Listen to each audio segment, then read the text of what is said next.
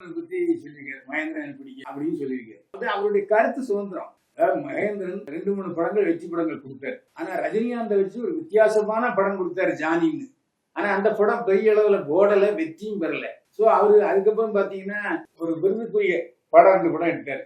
அவரு மக்கள் டைரக்டர் கிடையாது மகேந்திரன். அதாவது ரஜினிகாந்துக்கு அவரை ரொம்ப பிடிக்கும். ஆனா ரஜினிகாந்த் கால் ஷீட் கொடுத்து விஜயகுமார் நடிகர் விஜயகுமார் தயாரித்த படம் அட்ரஸா. சோ அவர் எப்பவுமே நான் ஒரு நல்ல டைரக்டருங்கிறவரு படம் போட்ட ப்ரொடியூசருக்கு அதை காப்பாற்றி கொடுக்கணும். அவர் அப்படிப்பட்டவர் இல்லை. சோ அந்த அடிப்படையில அவர் சொன்னது மகேந்திரனுடைய படங்கள் அவருக்கு பிடிக்காம போயிருக்கலாம்.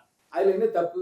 நான் கூட தான் கே பாலச்சந்தர் அவர் கான்ட்ரவர்சி படங்களா எடுக்கிறாரு, தமிழ் பண்பாட்டுக்கு விரோதமான படங்கள்லாம் எடுத்தாரு எழுதுனேன் பத்திரிகை. பாலச்சந்தரே லைன்ல வந்தாரு, என்கிட்ட கேட்டாரு, இல்ல நல்லா தான் எழுதிருக்கீங்க, ஆனா அந்த படங்கள்லாம் வெற்றி பெற்றதுன்னு கேட்டாரு.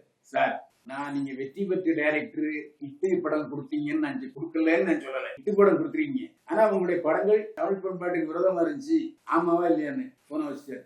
சோ விவாதத்துக்கு எடுத்துக்கிட்டீங்கன்னா பாலச்சந்தர் மிகச்சிறந்த டைரக்டர்.